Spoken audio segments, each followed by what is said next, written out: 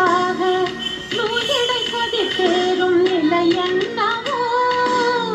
ஆதியும் புரியாமல் அந்தமும் தெரியாமல்